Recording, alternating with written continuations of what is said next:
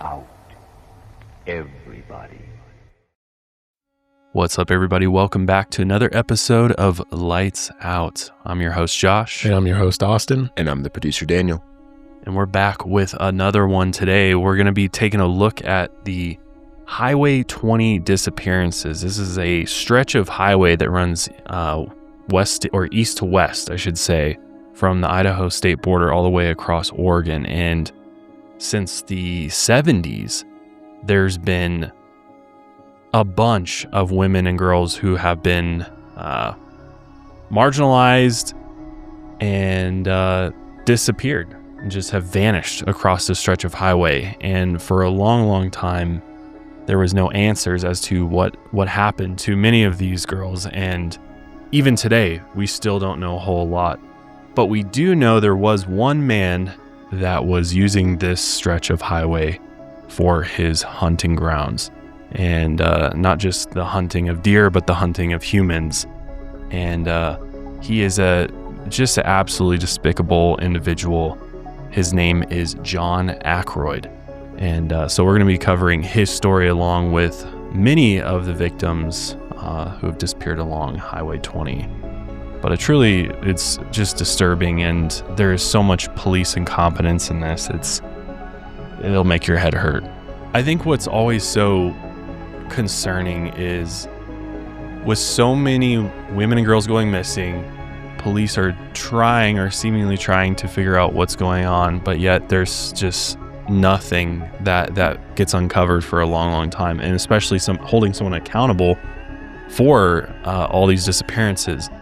And again, we're talking about a large rural stretch of land out here in Oregon, kind of similar to the Highway of Tears up in Canada. It's kind of definitely a similar type of case for sure. Yeah.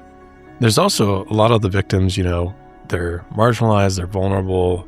We've covered so many serial killer cases that involve people, this hierarchy of just people that kind of the police see you as less than others. And there's one specific case that kind of really sheds light on how the evidence was there, yet they chose to kind of look the other way. But this case is also interesting because you get to see how kind of a new generation of law enforcement comes in to try and undo the damage that the previous generation had kind of left behind. Yeah. So it's both saddening, but also a little bit hopeful that these cases can still get solved as time passes and newer people come into play. Yeah. There's always hope that some of these other victims will hopefully, their families will get some answers as time goes on. But there's a lot that unfortunately has gone to the grave with Mr. John Ackroyd. This is also a great episode for looking at, I know we've talked about this before, circumstantial evidence being treated more as just evidence. I think maybe in times past there was a stipulation or just a stigma around circumstantial evidence, like things would be brushed off because it was just circumstantial. You have to have physical proof. Yeah. So you can go to trial and get a conviction. But so you can see that older generation did have that mindset, but as time passed, it's like, it's so obviously this guy, maybe we can just get him on the circumstantial. Yeah. So a lot to cover here. Let's just go ahead and get into it. So to begin, we've got to go all the way back and talk about who is this monster, John Arthur Ackroyd.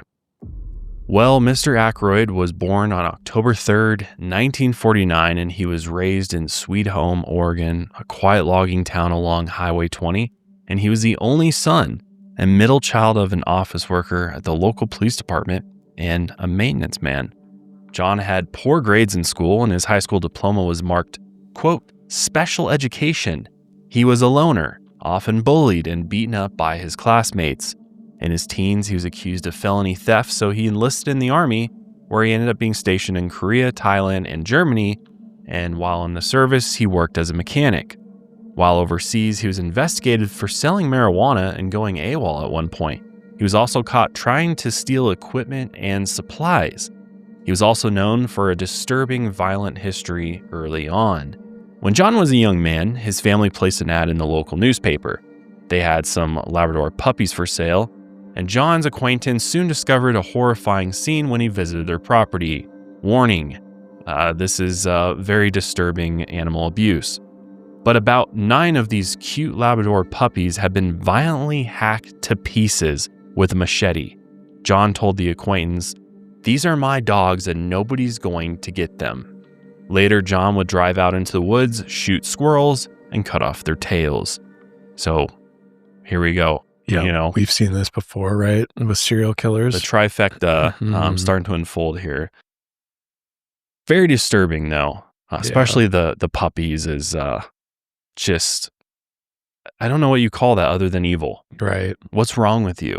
Right. After his time in the Army, he found work with the state and later worked a maintenance job on Highway 20. And this included responding to broken down cars, clearing wrecks, and fixing state rigs along the highway. This maintenance work also required long, lonely hours. He spent a ton of time out there alone, isolated from everyone he knew. This time alone would eventually be the subject of scrutiny and speculation as John's violent streak continued. At any given time, while working along Highway 20 between Bend, Oregon, through countless logging towns and all the way through Newport and the coast, around 170 miles stretch of highway. So he's covering mass amounts of land here. And it's predominantly rural with not a whole lot going on or people around. Over the years, he became extremely familiar with this region, and he knew the lay of the land like the back of his hand. And he knew how to navigate the desolate areas despite the hills, the jagged terrain, and seasonal weather.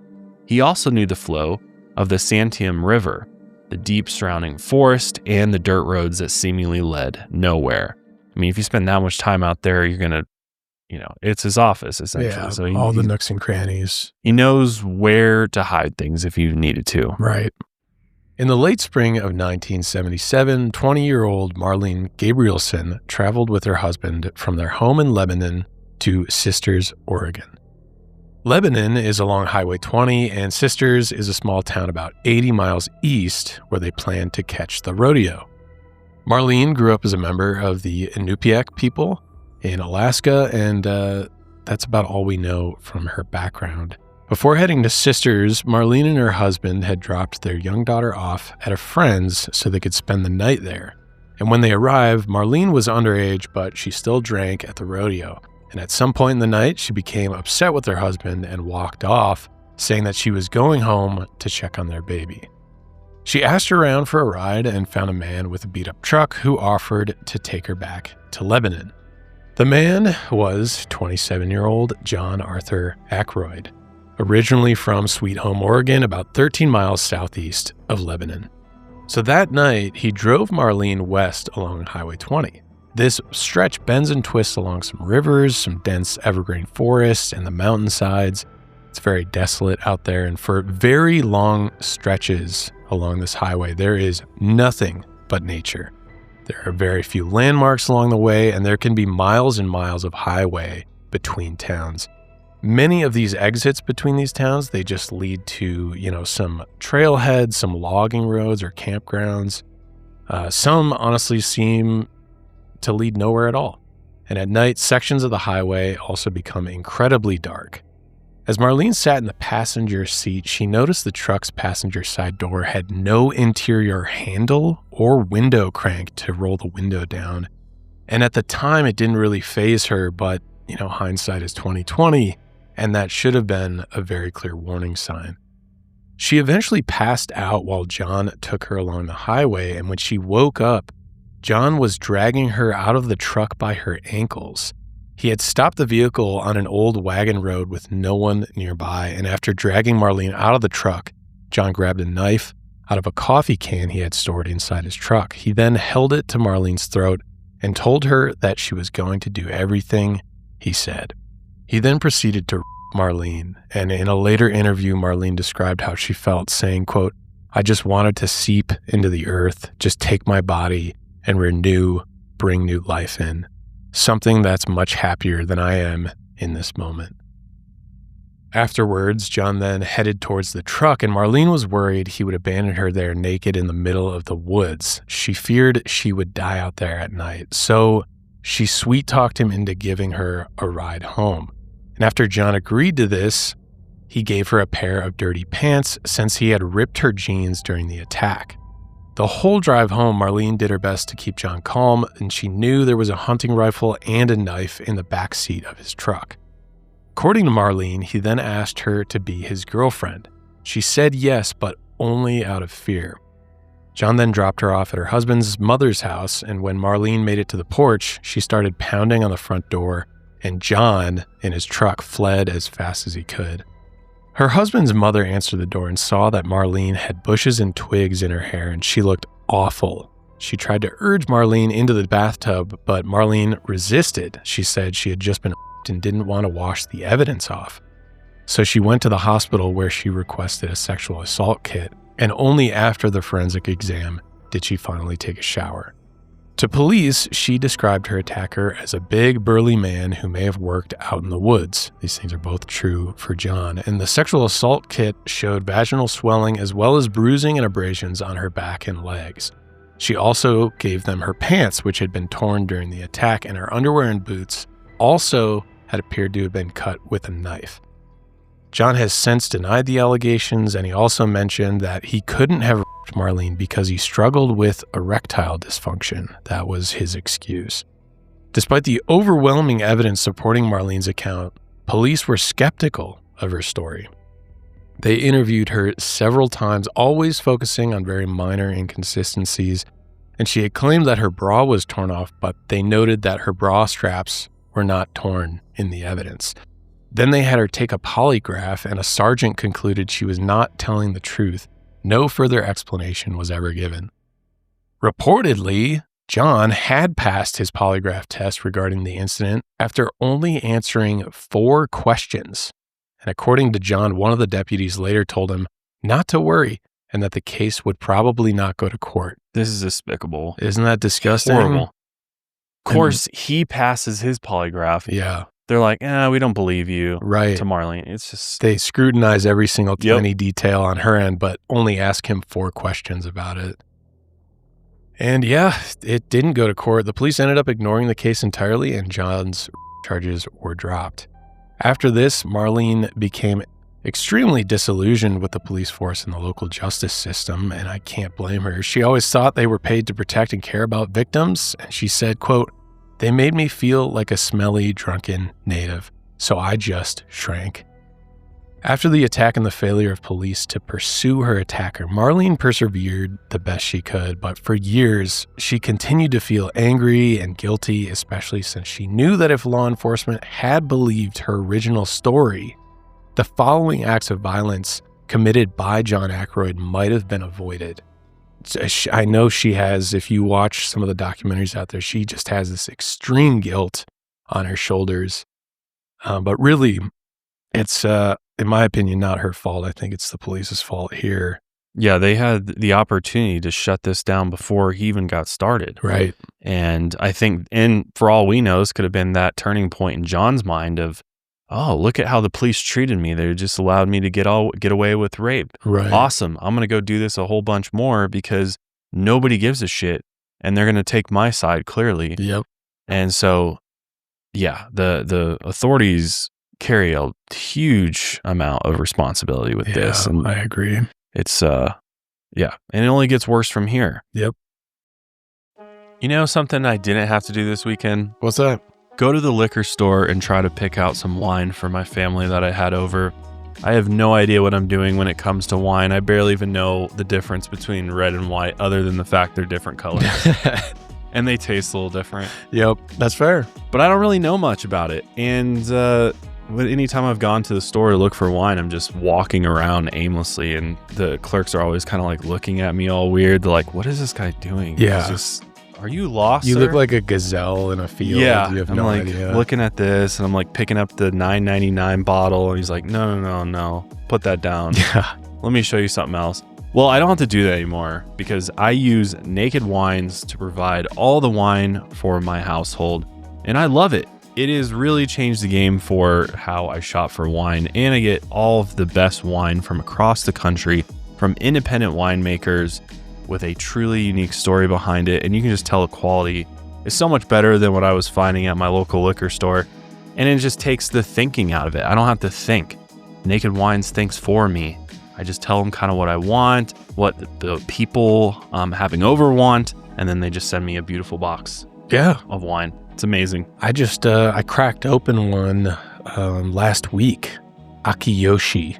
It's a Californian Cabernet Sauvignon, aged a few years, and it was delicious. I loved it, and I was just shocked at the high quality of it. And then I was curious because I'm like, okay, if you actually do the math on this box, what am I paying for? Because in my head, I'm like, okay, this tastes like a $20, $30 bottle. So what am I actually paying for in the box? And it turned out to be like $12, $13. Wow. Yeah. Wow. I mean, you're not going to find a better deal anywhere else. So now is the time to join the Naked Wines community. Head to nakedwines.com/lightsout, click enter voucher, and put in our code lightsout for both the code and password for 6 bottles of wine for just $39.99 with shipping included. That's $100 off your first 6 bottles at nakedwines.com/lightsout and use the code and password lightsout for 6 bottles of wine for $39.99.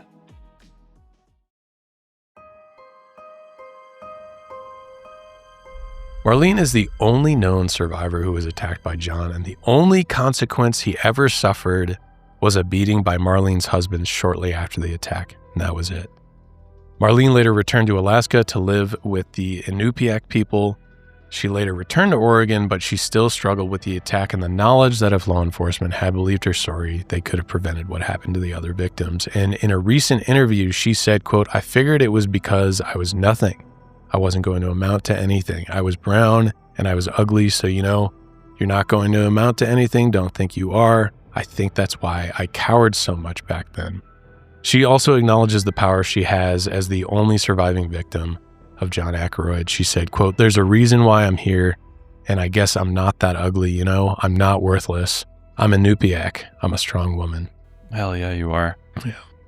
But unfortunately, this would only be the beginning of John's violent spree that would go on for decades. About a year and a half after John Marlene in December of 1978, John found another victim, 35-year-old Kaye Turner. She lived with her husband, Noel, in Eugene, Oregon. She worked as a manager at a local public health agency, and friends described her as stable and smart. Kaye was also an only child who remained close to her parents. She had visited them only 2 weeks before her planned holiday trip with her husband and friends, and she had left a note for her father to find in their garage. She wrote, "Hi, Dad. I love you," signed Kaye. And this would be the last thing she ever said to him, and he wouldn't find the note until after she was gone. Along with loving her family, Kaye loved to run. She'd gotten into running and exercise in the mid-70s along with many others, and it soon became more than a hobby for her. It was really a way of life. She had recently ran a marathon a few months earlier in September 1978. She had also climbed Three Finger Jack in Mount Washington. She was so into running, she would even run during the freezing cold months of winter. And that winter, she and her husband and some friends went on vacation to Camp Sherman, a vacation and fly fishing retreat. This was northwest of Sisters, about 5 miles off of Highway 20, and the surrounding community only had about 200 year-round residents. While at Camp Sherman on Christmas Eve around 8:15 a.m., she decided to go on a run by herself before breakfast. She'd asked a friend to join her, but her friend thought she would be too slow for Kaye, so she stayed behind. Thomas Hanna, state highway worker who lived at Camp Sherman, spotted her running south. Her exact route isn't known, but she had mentioned it would take about an hour. After 2 hours had passed, her husband and friends began to worry. So they started searching the surrounding areas, but couldn't find any trace of her. At that point, they called the police, and pretty soon after that, the local police requested the assistance of state police to help in the search for Kaye Turner, because she is now missing. On the day after Christmas, experienced trackers joined the search, and they ended up finding 2 sets of footprints in the frozen ground. One matched Kaye's Nike running shoes, the other set of footprints seemingly belonged to a large man. The tracks led from the road, went a bit into the woods, and then returned to the road. The scene indicated that there had been some sort of physical scuffle, and a smaller person wearing the Nikes was in fact dragged away. Local police didn't put much stock in the findings as they told the men to drop it. Here we go again. Yep. What do you mean? There's drag marks leading into the woods. What else do you need? When police later interviewed Thomas Hanna, the state highway worker who had seen Kaye running, he mentioned he had also seen John Ackroyd in the area. There you go. He and John worked together and they got off work around the same time that day. Thomas headed to a store down a back road when he spotted John's pickup truck. Police believe this area was near where Kaye had been running.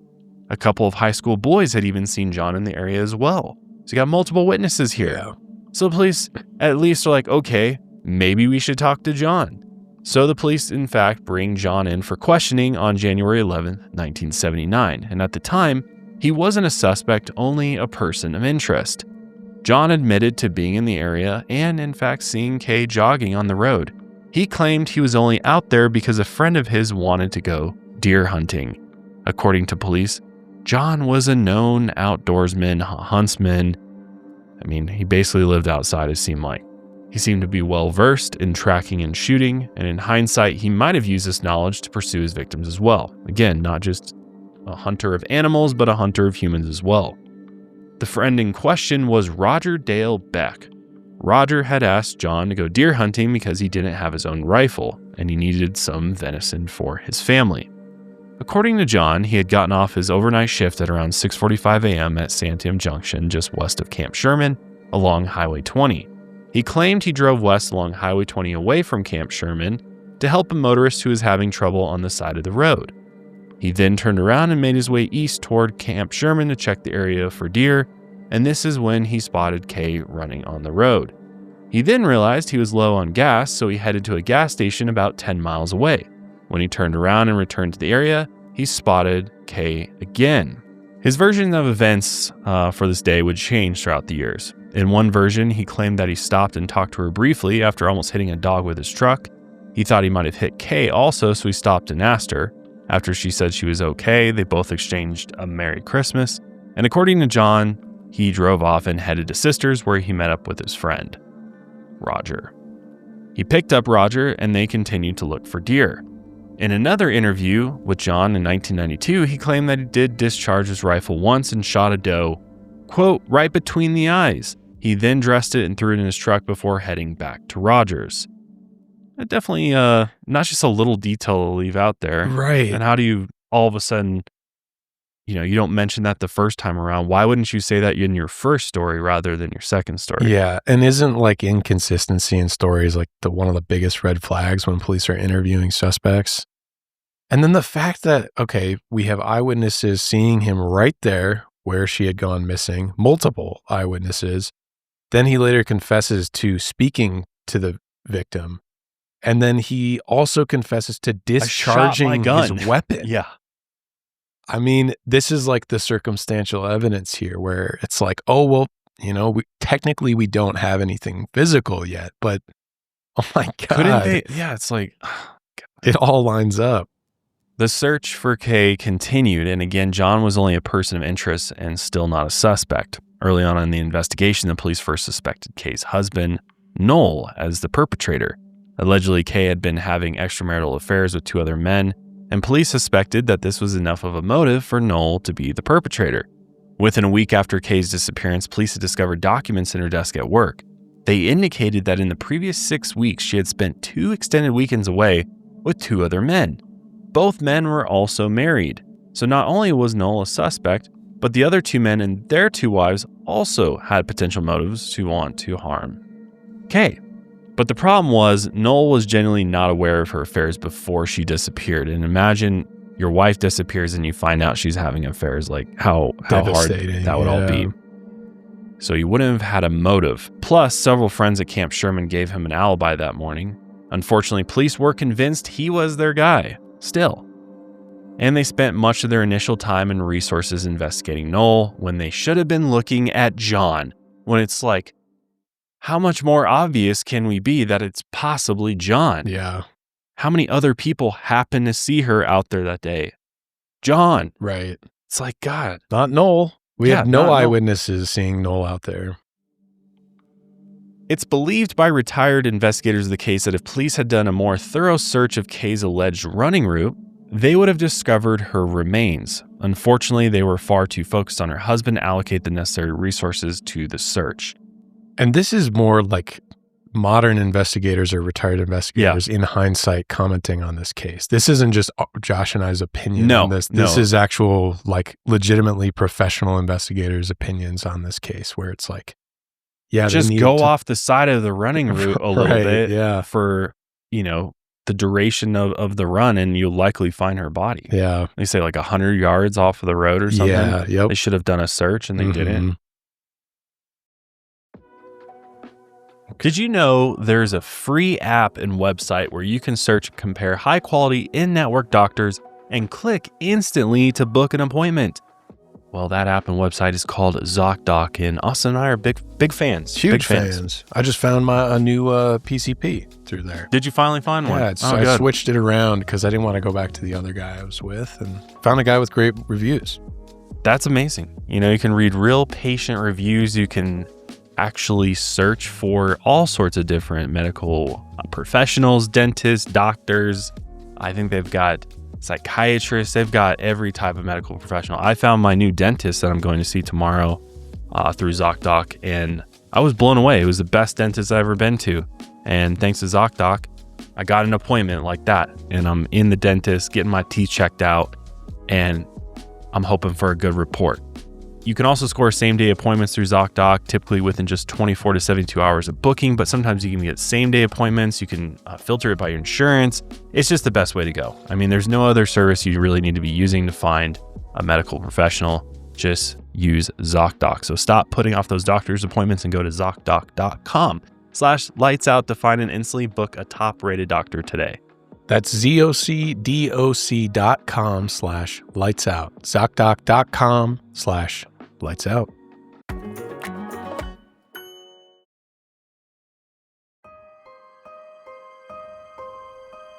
Yeah, so this case, unfortunately, it went cold for 8 months.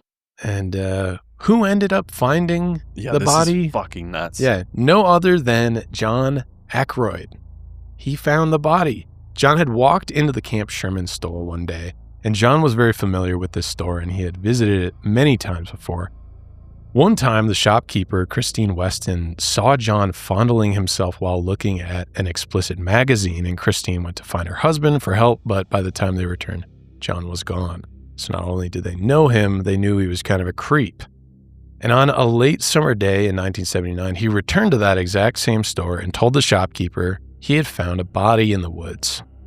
He said he had found human bones and a pair of yellow jogging shorts that he thought might have belonged to Kaye. Very specific. During a police interview, John claimed that he was out hunting and his dog started running around barking, so he went over to check it out. This is when he found the human bones on the ground, according to him. While he was interviewed by police, he was profusely sweating from his forehead, and another odd thing was that he mentioned the awful stench coming from the body when he found it, but all that was left were weathered white bones. So the decomposition of the body had been over for a very long time, so there should have been no noticeable odor there. So there's an odd inconsistency with this story, and this finally became the first time police suspected John was more involved than he had let on. Police returned to the area with a search team.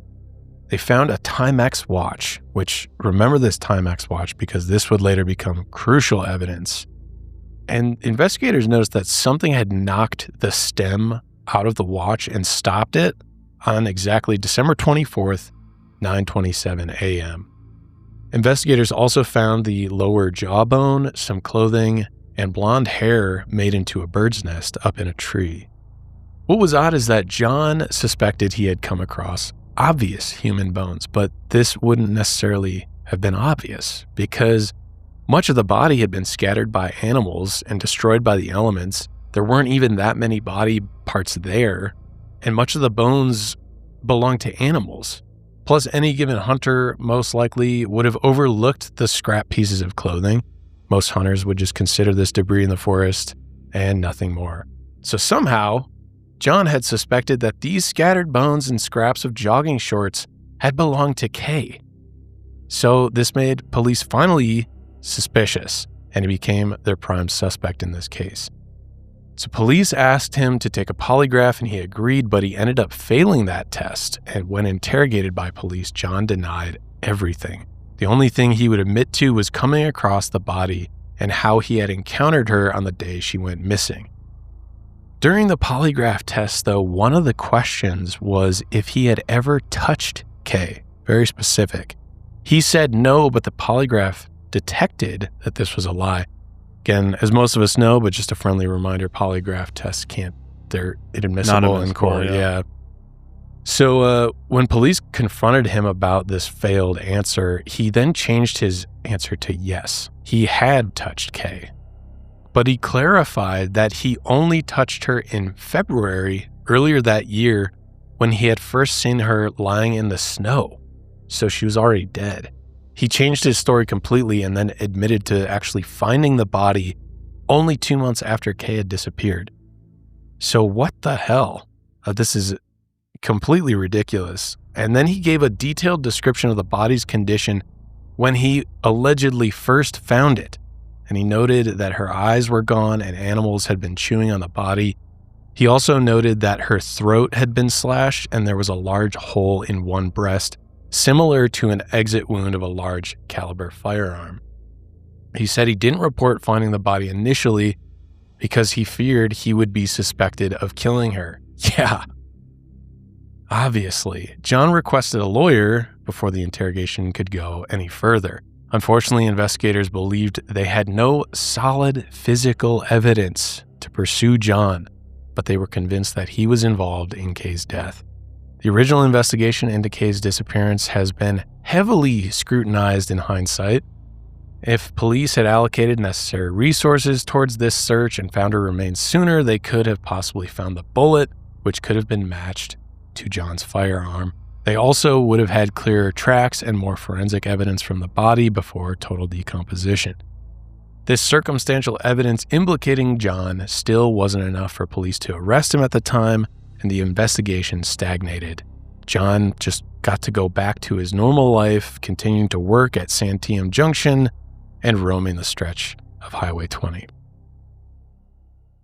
Isn't that wild? Isn't that crazy? They're like, well, seems like probably our guy, but man, he's confused us. Yeah. Telling us all this stuff. Right. How do we know it's all true, though? He could just be making it all up. Yeah. And they're just hung up on the circumstantial evidence, right? And I'm sure they're probably like, man, we probably should have, when this all happened, we should have done X, Y, Z, but we didn't. And so, we were looking at the wrong guy when, the wolf's right there. Yeah. He's right there in plain sight. I get it, because like a lot of the times it is the husband or boyfriend. Yeah. Statistically it is usually. Yeah. So like I get that, but it almost seems like they just completely missed the target here. Well, it's like, where were those people and who was in contact with her the day she disappeared? It's just like, I don't know how they missed that. Yeah. Or maybe they just knew of him and they're like, oh, he's just, we know old John. Right. Yeah. Well, what surprises me the most is that he kind of admitted to a crime.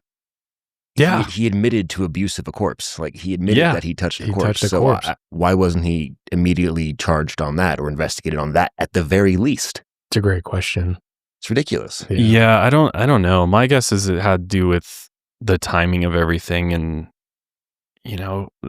would they be able to keep him on that without, obviously he confessed to that, but I don't know. It is baffling though. You would think that they would have at least tried, Something. at least try to get him for that and then continue to build their case. But no, they wanted that hard physical proof. Or at least looked into him more. Yeah.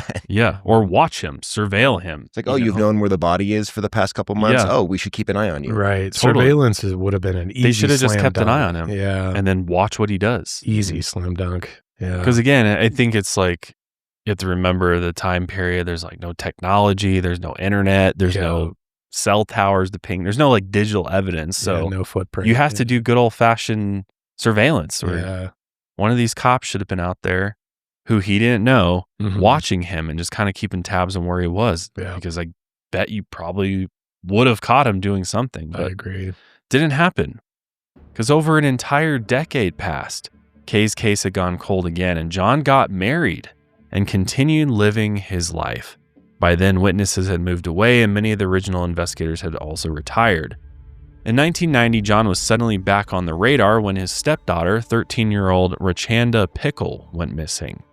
Rachanda, whose family called her Channy, was the daughter of Linda Pickle, who had married John in the mid-1980s. Rachanda loved animals and helping her mother with chores. She also loved bossing around her 14-year-old brother Byron, whom she was also close to. Byron described her as a typical 13-year-old who is into the latest fashion trends and popular music. Her mother described her as wonderful and said that she couldn't have asked for anything sweeter. Her childhood friend Mandy Cook described her as funny, tiny, and silly. Her friends used to call her Punky Brewster, a sitcom character from the 80s, who some said she looked like. According to Byron, his mother Linda always had boyfriends here and there, but each relationship was short-lived, so he and his sister had to rely on each other a lot while growing up. After Linda married John, they lived at Santiam Junction, where Oregon 22 and US Highway 20 meet, about 26 miles west of Sisters. This maintenance yard is where many of the state highway work crews lived. It was filled with stockpiles of cinder blocks and snow plows. The area is known to be extremely remote and isolating. The closest towns were Sisters to the east and Sweet Home to the west. Sweet Home is where John was originally from and also where Byron and Rachanda attended school. At the time, there were only a dozen work crews living here, and there were no other children who were Rachanda's age. Linda had struggled for years as a single mom trying to make ends meet. Even though this area was isolating, this was the first time they had some financial stability, because John made pretty good money. Their arrangement was unconventional. Linda and John had married in the mid-80s but divorced after a year, and they stayed living together raising Linda's 2 children. Byron remembered growing up very poor, and to them it looked like John had a lot of money, relatively speaking. It excited them when they were finally able to go out and get some pizza. This was a luxury that they didn't do before, and Linda was proud that she no longer had to dress her kids in rags. Unfortunately, the financial stability of the home came at a drastic cost, because living with John was reportedly a nightmare for Byron and Rachanda.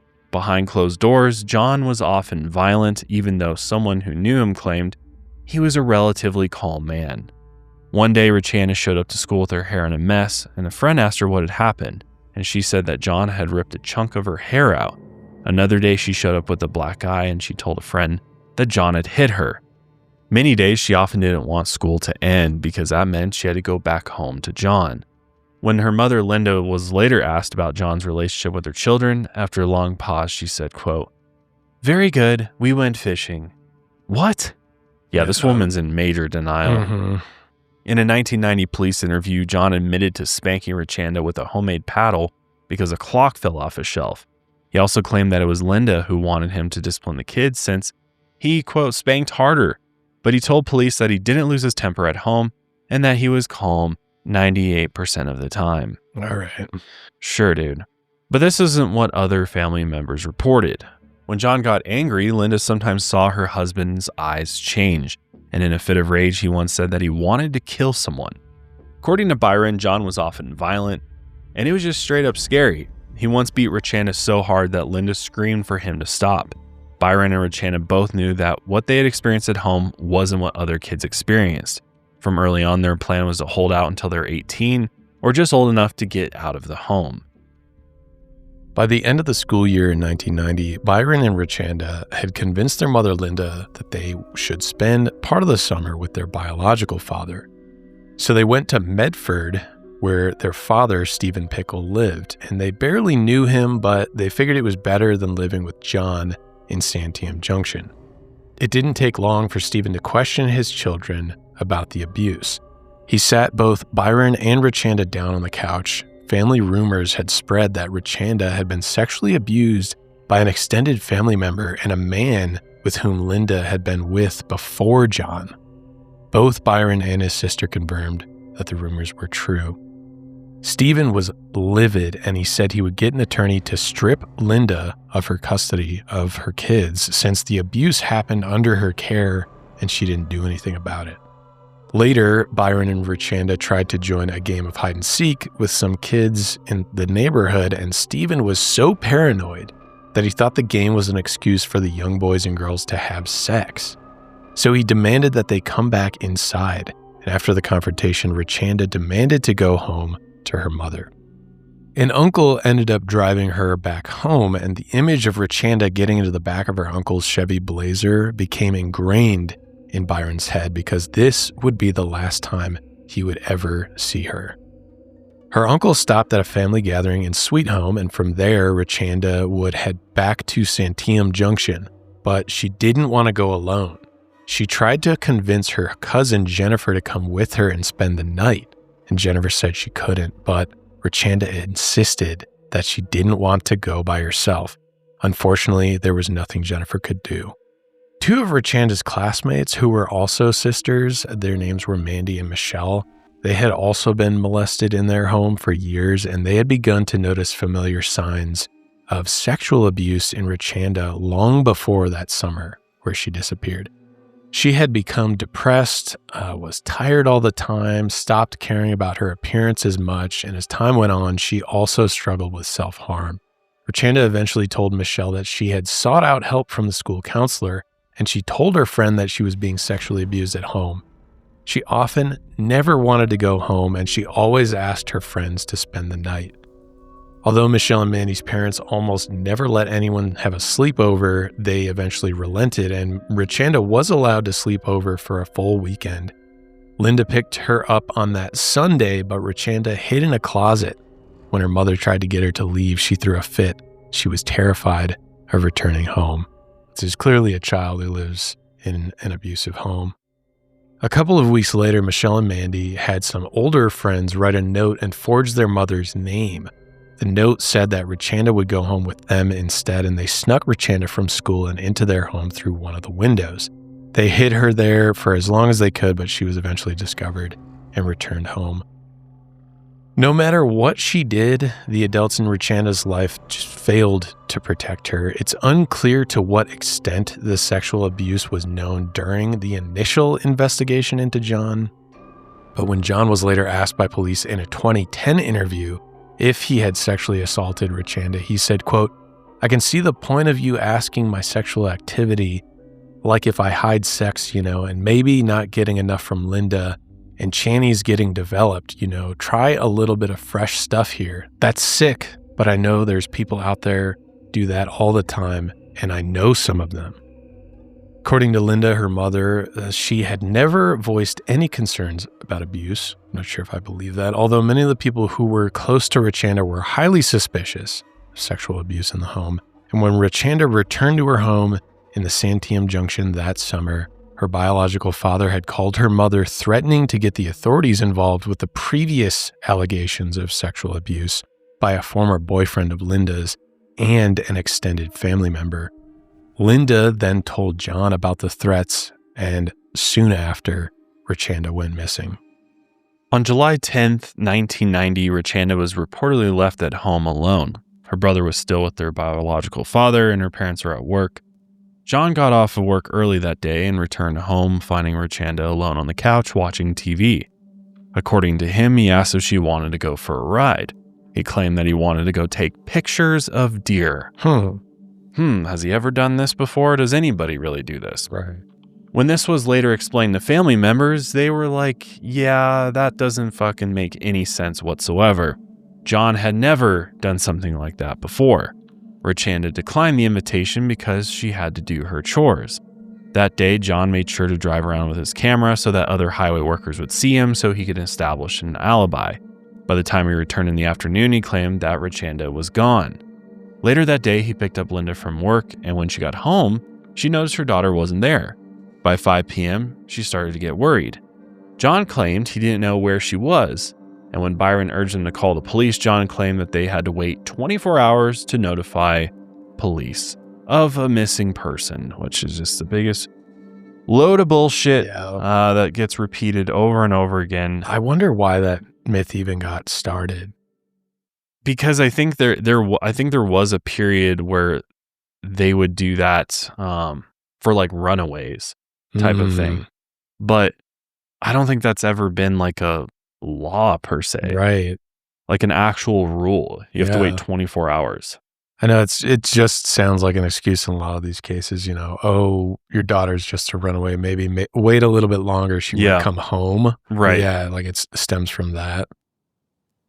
Meanwhile, according to Linda, John was generally uninterested in sex except for the day that Rachanda had disappeared. John's sexual interest in Linda was so low that even her son Byron knew. Which is just fucking weird and gross. Yeah. On the evening of Rachanda's disappearance, John initiated sex with her. Clearly, something had excited him about the circumstances. Ugh.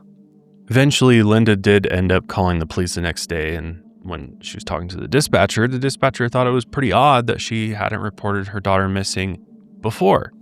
But John had unfortunately convinced her of that 24-hour rule, which delayed the investigation and search, which is just so insane because when somebody goes missing, that's why there's the show, The First 48 Hours, Yeah, when, it's crucial. When somebody goes missing or is murdered, that time is critical to solving the case. I mean, the case infinitely goes up when it comes to the odds of solving it after 48 hours. So it's just insane that, it's very clear John was just trying to delay. Buy time, yeah. Buy some time for himself.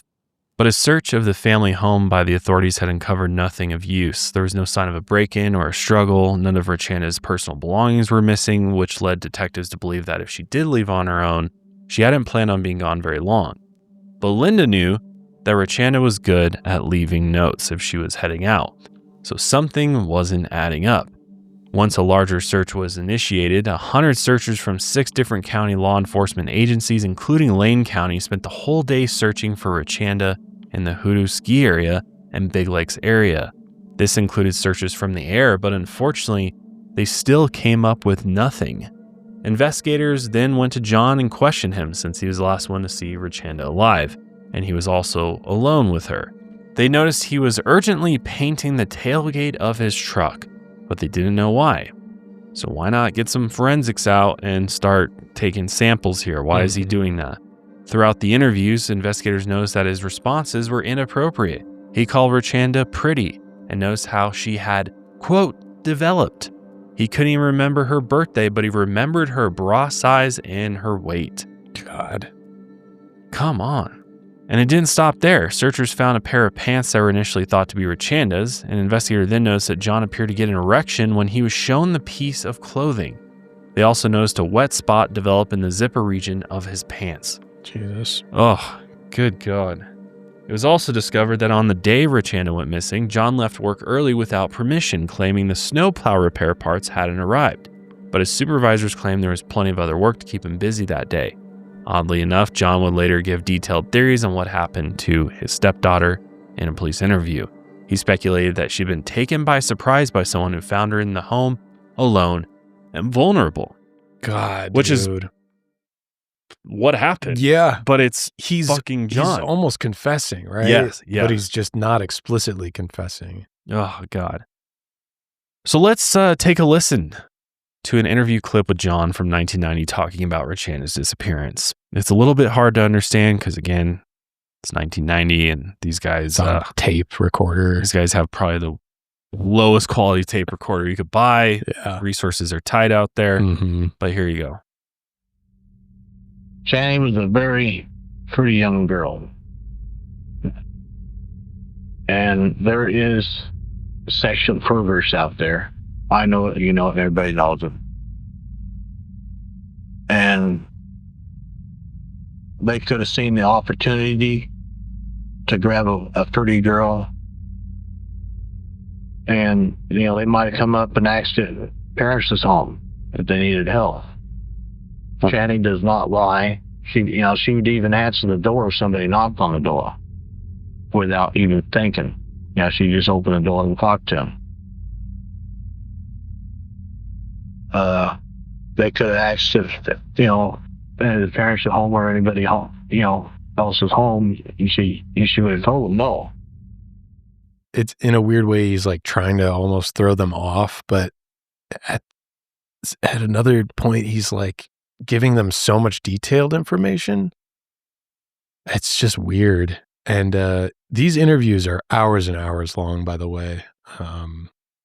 They got him to talk a lot without a lawyer, especially. But yeah, he never really... But he doesn't really say anything that's directly incriminating to himself. Right. It's like, while still having tons of knowledge from somebody who would have done something like this as well. Yeah. So he's like towing this line with the authorities, but they're not doing a good enough job like pressing him. Yeah. You know what I mean? Or trying to get him to trip up. It's not really like an interrogation, and it's just let's just have a chit chat about this and shoot the shit here. But yeah.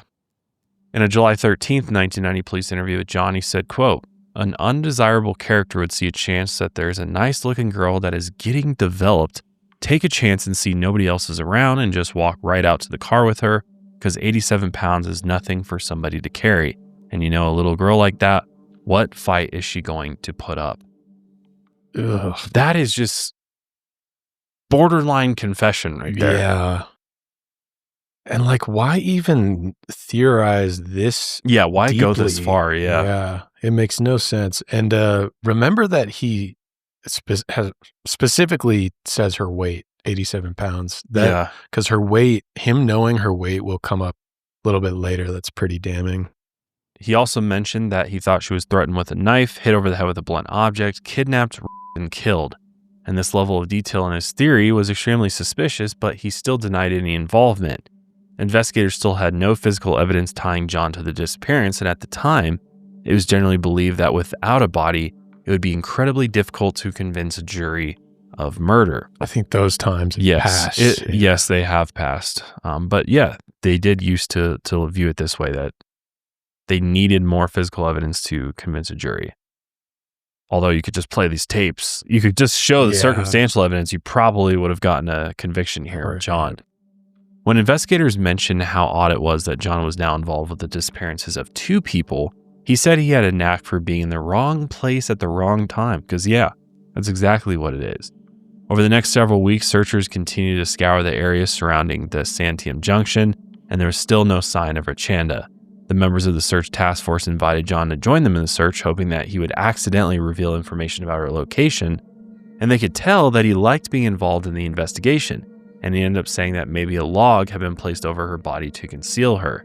They found the statement odd, and unfortunately, it didn't help with the search. So was it just trying to lead him on a wild goose chase? Herring. Yeah, red herring, or is he again kind of confessing? Giving you and they're hints, like, you guys are stupid. You'll never find it. There's probably something to that.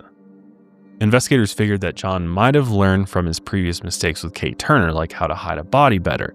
They also figured that in order to get John off the streets, they would also have to return to the Kaye Turner investigation.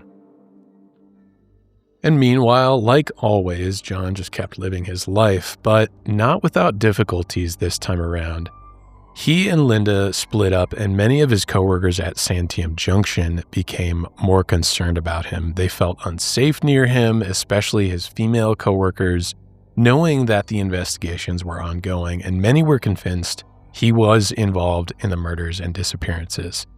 He was eventually transferred from Santiam Junction to a maintenance shop in Sweet Home, and here he also moved in with his mother at this time. By 1992, investigators were getting closer to charging John with murder, but as they built the two cases, two more women disappeared. In that spring, 17-year-old Melissa Sanders and 19-year-old Sheila Swanson disappeared from a campground near Newport, which was near the coast. Both women were from poor families, and they often partied, did drugs, drank excessively, and hung out in dangerous social circles. Both were high school dropouts. Sheila was from Lebanon. She often slept away from home but kept in touch with her mother. Melissa was from Sweet Home, and she reportedly had a very rough home life where physical abuse was suspected. Sheila often carried around her baby book as a reminder of simpler times, and she was often seen wearing a leather jacket that her parents paid for on installments. And Melissa was known for being sharp with her words and also known for her independence. They were friends, and they went camping with Melissa's family at Beverly Beach State Park on the coast, and they went to the beach in the afternoon. Everyone shared dinner that evening, but by the next morning, they were gone. Some family members thought the girls had tried to hitchhike home after their boyfriends declined to pick them up, but they were eventually reported missing by their family about a week later. Police were reportedly unconcerned about the disappearances, saying that the young women had just run away. That October, some hunters came across their bodies in the woods off Highway 20 near Eddyville. Sheila's ankles were bound with leggings, and her sneakers and socks were still on her feet. A used rivet was also discovered near her body, and this object was often used in field repairs, something like a maintenance worker would be carrying around in their car. An investigator suspected it had fallen out of the attacker's pocket. As for Melissa, she was found nude, and parts of her body were dragged away, possibly by animals. The medical examiner believed that the young women had been strangled, but the condition of their remains made it difficult to determine an actual cause of death. Investigators were soon clued in that Melissa and Sheila had often hung out at the same 24-hour cafe that John was often seen at on any given evening in Sweet Home. So there we go. Another easy connection to John Ackroyd. And he was apparently on the fringes of the same social circle that Melissa and Sheila were a part of. He was clearly always interested in them, and whenever they would arrive to the cafe, he would go up and approach them, and he got this reputation as, he got a nickname for it. They called him the Perv, and he would offer rides home to the younger women and girls in this social circle. At some point, Melissa and Sheila had mentioned their camping trip, and John then mentioned that he had gotten a house in Newport and he was going to throw a party coincidentally that same exact weekend they would be camping. Both Melissa and Sheila showed an interest in the party at the house, and many believe this party was just a ploy to get them to come over. He had been grooming and stalking them for weeks before this, and now he was building an opportunity to be alone with them. Melissa and Sheila, when they were on their camping trip at Beverly Beach, decided they wanted to go home. Late at night, they called some friends and their boyfriends from a payphone asking for a ride. No one could come get them, so they said they'd hitchhike instead. And this was the last time anyone ever heard from them. According to Sheila's brother, she would not have hitchhiked at night. She was reportedly terrified of the dark.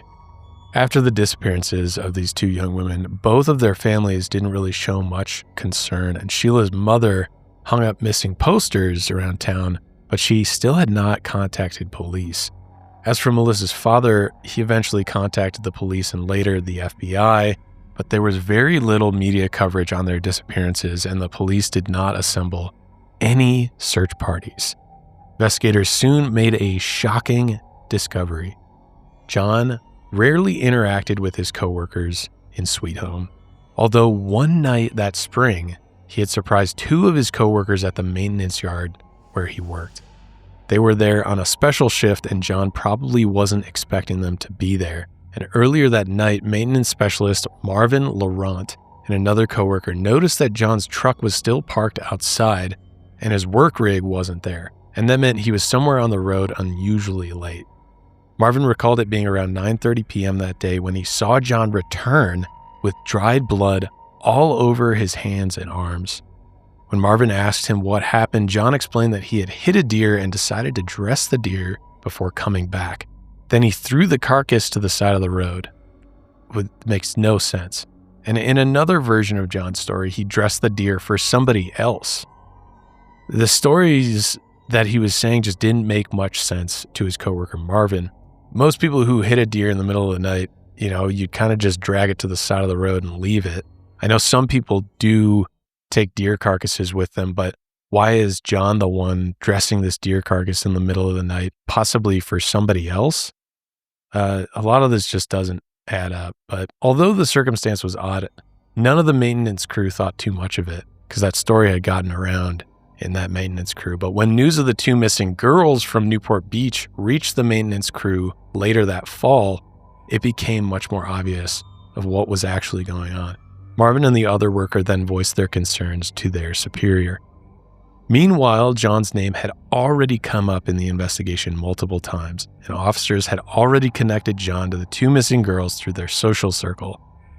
And the Kaye Turner task force was also inching closer to finally arresting John. He was soon very well aware that his time was running out. He went in for a voluntary interview with police in May 1992, within a week of Melissa and Sheila's disappearance. He denied murdering the two of them, and here's the investigators Ron Benson and Linda Snow's final theory on what actually happened to these women. So Melissa and Sheila waited until dawn to leave the family's campsite, and they began walking along US 101, getting more than 6 miles to the turnoff to Highway 20, then headed east. John, who was going to Newport for work that day, encountered the teenagers somewhere along the highway and offered them a lift, just as he had in the past, and he drove them up a logging road and into an isolated patch of woods before killing them. Unfortunately, there was not enough evidence to charge John at the time. John also restated his story to police during this interview, saying that he was only visiting a friend at Camp Sherman the morning Kaye Turner disappeared, because they questioned him about that as well. He also claimed that his friend Roger Beck was the real killer of Kaye Turner. Roger had been arrested more than a dozen times and had also served time in Minnesota for a sex crime. Meanwhile, knowing the police were closing in, John was quickly moving property out of a storage unit, and there may have been crucial evidence stored here, but by the time the investigators searched it, it was already empty. But then on June 12th, 1992, John Ackroyd was finally arrested for the murder of Kaye Turner and booked at Jefferson County Jail in Madras. This was nearly 14 years after her murder. And let's just take a look at this ugly, slimy, fat piece of shit. He's even wearing the quintessential serial killer glasses. Pedophile, sick fuck. Yeah. Same with Roger, too. Yeah, he looks like a creep. Roger Dale Beck was also arrested. So he obviously knows some creeps, as he says. Yep. More than a decade passed since Kaye Turner's murder, and unfortunately there wasn't much new physical evidence uncovered over the years. Luckily, Roger ended up being a crucial piece of the puzzle.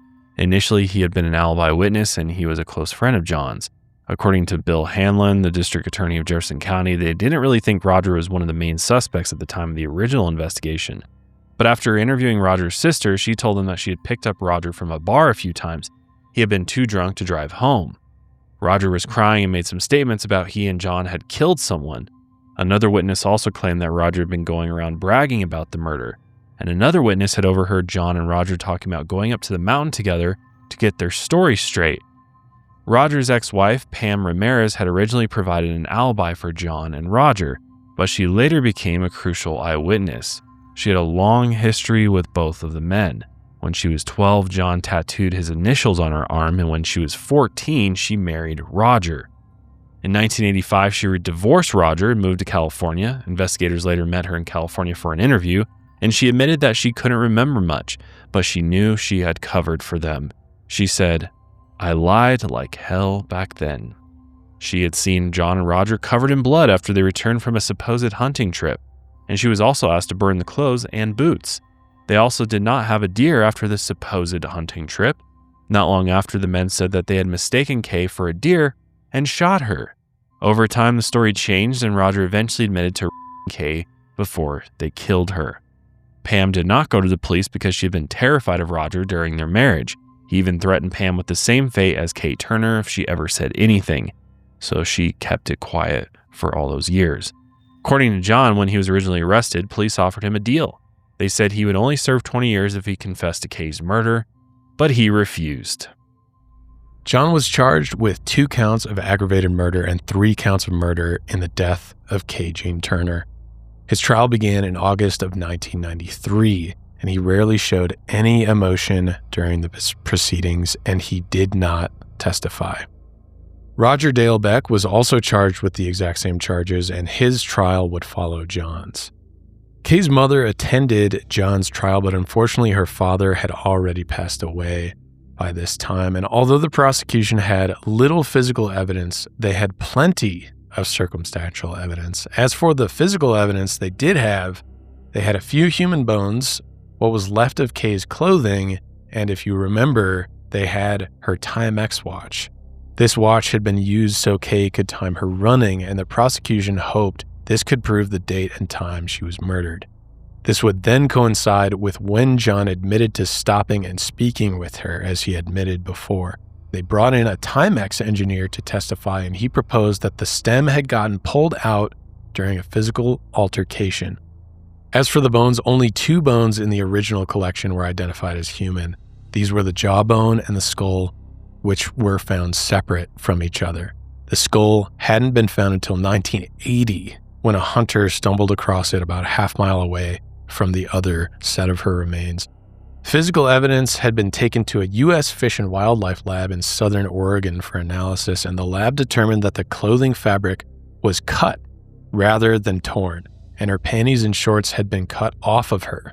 This was very similar, if you remember, to Marlene Gabrielsen's encounter with John. Remember, he used the knife to cut the clothing off of her. Prosecutors also stated that Kaye had been sexually assaulted. Analysis also discovered knife stab wounds through her shirt. They also discovered lead fragments on her shirt where she had most likely been shot.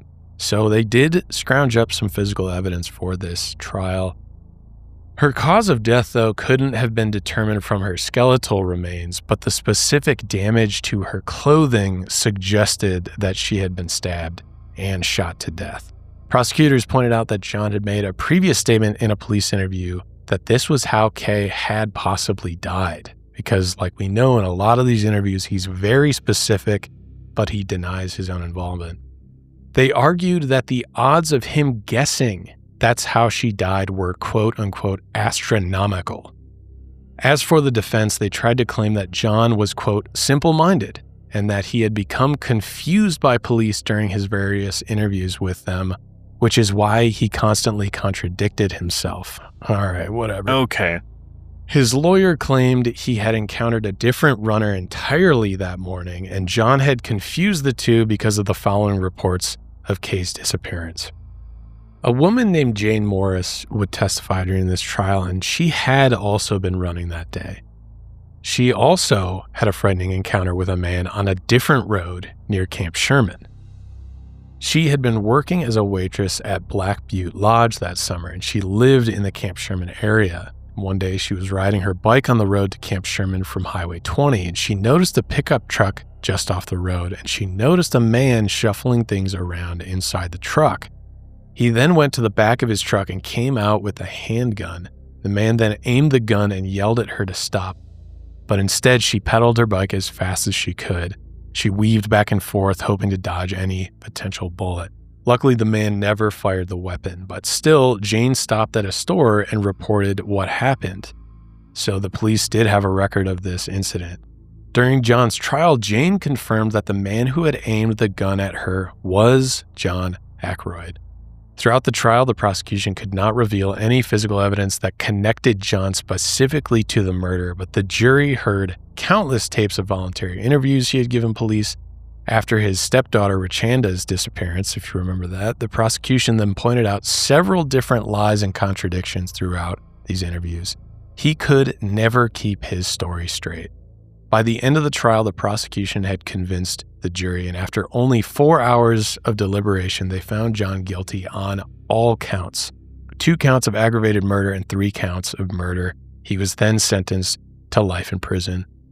Roger Beck, as his trial followed John's, was also convicted of the same charges and sentenced to life in prison. He is currently in Oregon State Penitentiary and was denied parole for a 4th time in 2020. He refuses to accept responsibility for his actions and has failed to take part in prison rehabilitation programs.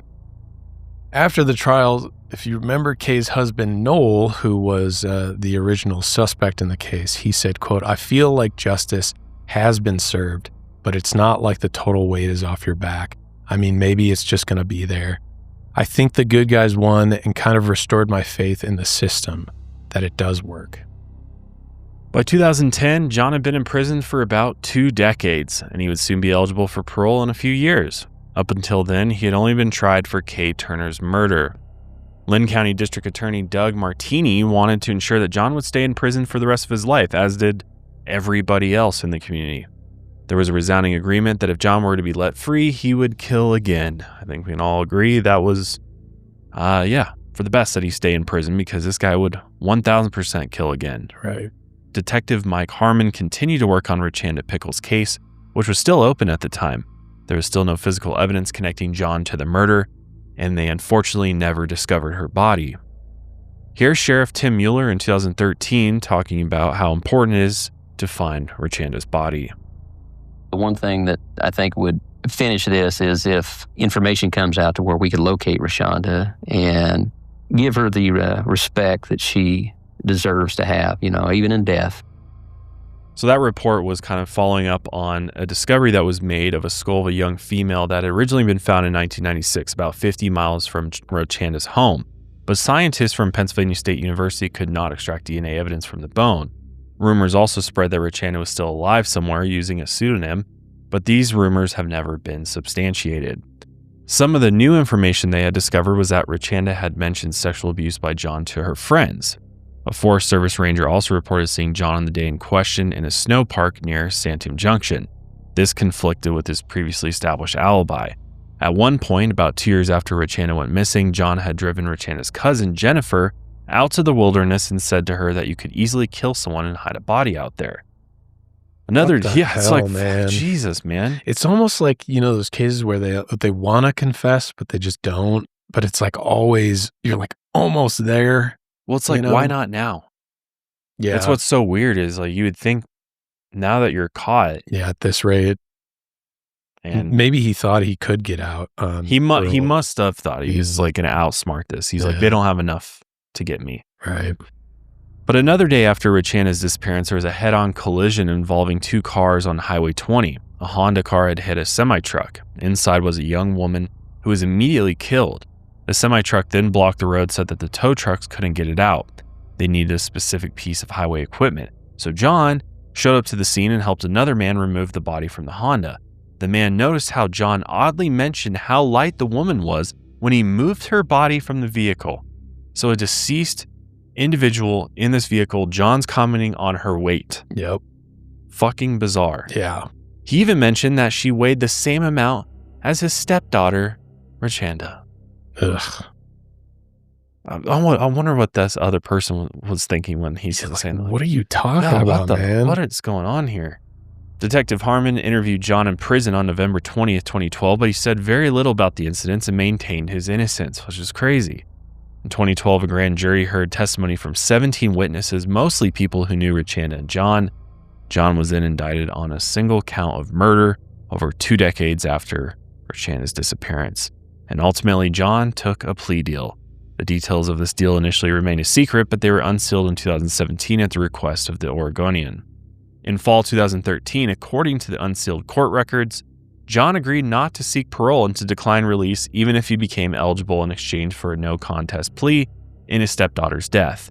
He was also pressed to disclose the location of her remains, but he refused to say.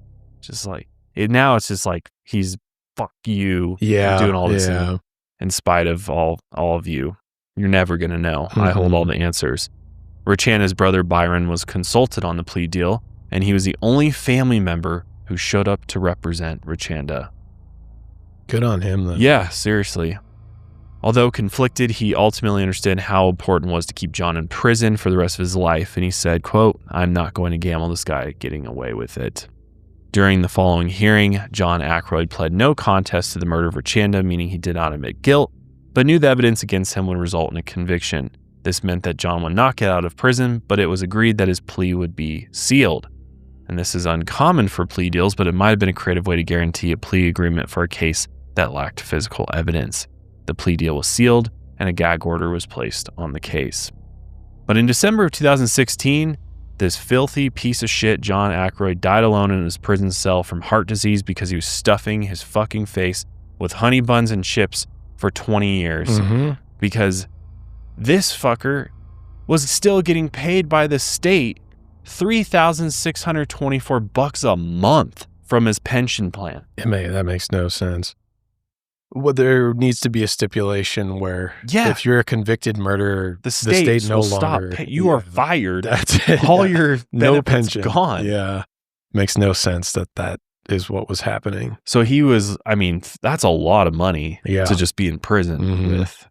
And so he obviously ate very, very good. But he died at 67 years old, and he was in poor health for a lot longer before that. But probably because he was eating absolute shit. Yeah, all this processed food that they give you. Meats, cheese, candy bars, beans, ramen noodles, lots of ramen noodles, lots of salt, fat, candy. Apparently, his closest friends in prison were a couple of child molesters, serving long sentences. Of course. Oh, I mean, he did say, he even admitted earlier in that interview, you know, he's like, oh, I know the types of creeps that prey on children. And yep, there he is. Even in prison, he's finding those same people. Unfortunately, when he died, he took lots of secrets to the grave, and he continued to deny his involvement all the way up to the grave. In the aftermath, Rachanda's brother Byron said, "At least I got something. The families of these other victims, no closure. My heart goes out to them." Many, many more potential victims of John's have been discovered in Oregon, many not far from Highway 20. In 1976, a skull belonging to an unidentified woman was found near Swamp Mountain. John was considered a suspect, but the victim's identity is still unknown. In 1977, personal effects that belonged to two missing teenagers, Rodney Grissom and Karen Lee, had been found off a logging road near Highway 20, about a half hour east of Sweet Home. They were last spotted alive in Cornelius, Oregon, on May 24th and 26th, respectively. They had called a friend from a payphone in Lebanon, Oregon, after leaving home, which was cut short when Karen said, "Our ride is here, I have to go." And that was the last they were ever heard from. Karen's jeans were reportedly cut, similar to other cases involving John. The mother of Karen Lee, Violet Gilmore, believes John was connected to her daughter's death. Violet said, quote, "I just wanted to look him in the eye and ask him if he did it. Then when I found out that he died, I thought, that's a rotten thing to do." That same year, a stranger had driven his pickup over two young women as they slept at Klein Falls State Park, less than an hour southeast of Camp Sherman. He was armed with an axe or hatchet, and he attacked the women, who were both students at Yale University. They were critically wounded, but survived, and no one was ever charged with the crime. In April 1978, a skull of another unidentified woman was found near Snow Creek. In that same year, the body of Elizabeth Musler, a 22-year-old woman who had disappeared from Lebanon, was discovered in a shallow grave near Green Peter Reservoir. So there's countless other victims here. In August 78, another unidentified woman's remains were discovered in the Finley Creek cow camp. She had been buried face down in a shallow grave. She was also pregnant and estimated to have been in the 6th to 8th month of her pregnancy. Oh, it's just so sad, man. It's just a graveyard out here along Highway 20. Mm-hmm. In 1986, two Forest Service workers discovered a partial skull and bone fragments in Clackamas County, Oregon. DNA testing identified the victim as 19-year-old Wanda Hare as a potential match. She had vanished in 1976 near Gresham, and no missing persons report was ever made. As for the cases involving Melissa Sanders and Sheila Swanson, if you remember that case, the investigators on the Lincoln County DA were confident they did have enough evidence to prosecute John for the murders, but unfortunately, prosecutors decided not to take the case to a grand jury because it wasn't worth the expense. Since John, he would be in prison for the rest of his life, so they figured, why burn all this tax money? But I can see both sides where it's like you want to officially get justice for this, but I do understand it comes down to taxpayer dollars.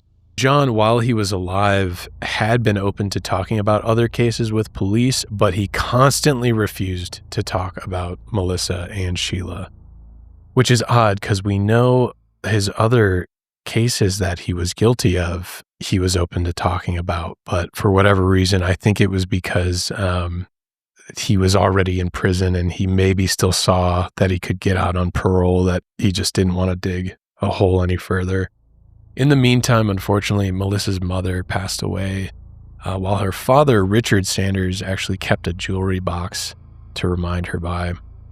Sheila's parents had also passed away, leaving only her younger brother left to grieve his family, and Sheila Swanson's brother, Bart, occasionally takes Highway 20 to the spot off Hayes Creek Road where his sister's body was discovered, and through tears he said, "I go up there to remind myself that I still haven't let it go, to let her know that I haven't let it go." So if you have any information on the previously mentioned Jane Does or potential victims, which I know there was a lot listed there, but you can contact the Linn County Sheriff's Office at 541-967-3950, or you can contact the Oregon State Police at ask.osp@osp.oregon.gov.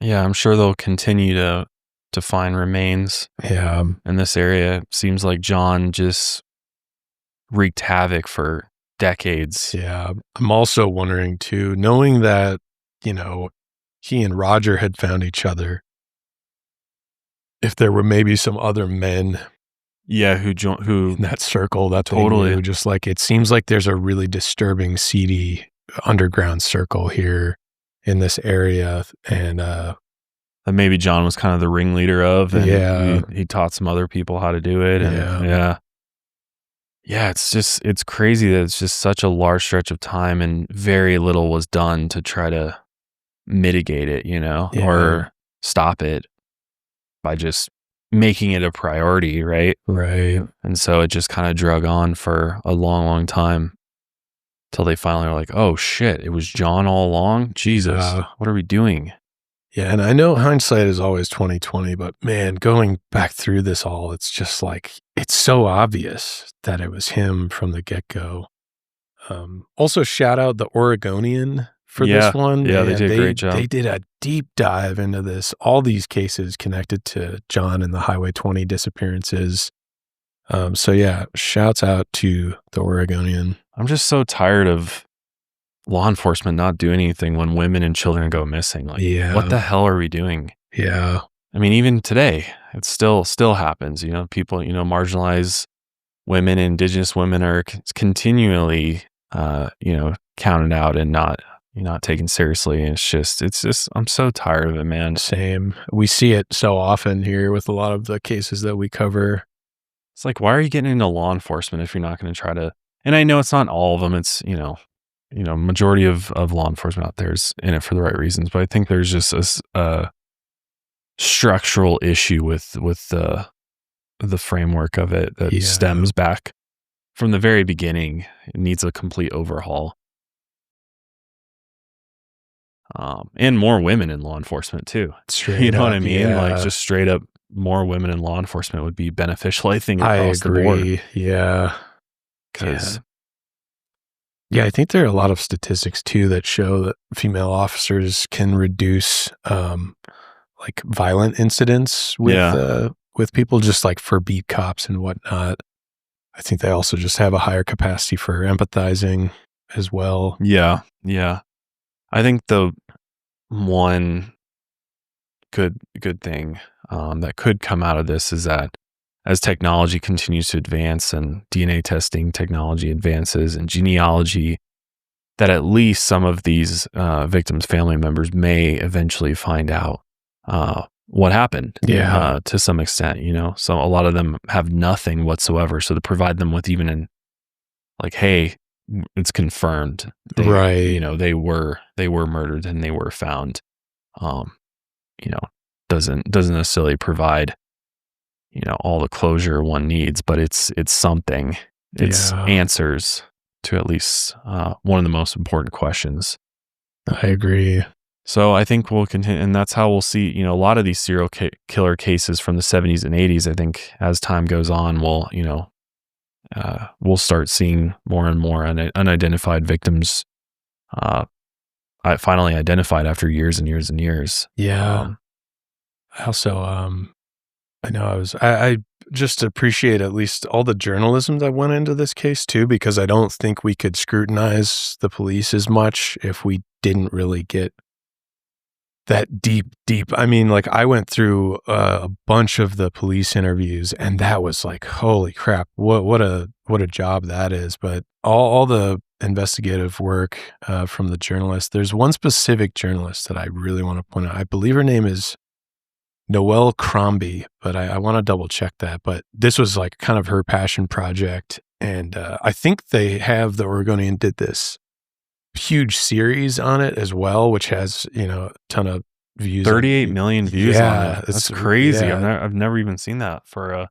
Yeah. So definitely, if you're more interested in this case, you can go check out. They have a lot of great interviews from the people involved. And I think that was like the biggest multimedia project the Oregonian had ever put together before. And it's just a wealth of information. And yeah, it just really shows you where all these investigations kind of went wrong and then eventually went right. And it's very well done. We'll link that in the description show notes for you. But yeah, let us know your thoughts on this one. down in the comments below. But yeah, we're gonna wrap up today with that, and we'll see you guys next week with another one. If you found this episode interesting, let us know in the comments what we should do next. What other case would you like to see us cover, or similar type of serial killer mystery? I know we've covered quite a few of them now, but unfortunately, there's an endless amount of serial killer cases out there. But I'm more curious about the more obscure, not the I've already covered a lot of the main ones, sort of the more infamous ones, but I'm curious if there's any obscure kind of cases out there that we maybe haven't heard of. If you want to drop those for us below. But thanks again. We'll see you guys next week. Lights out, everybody.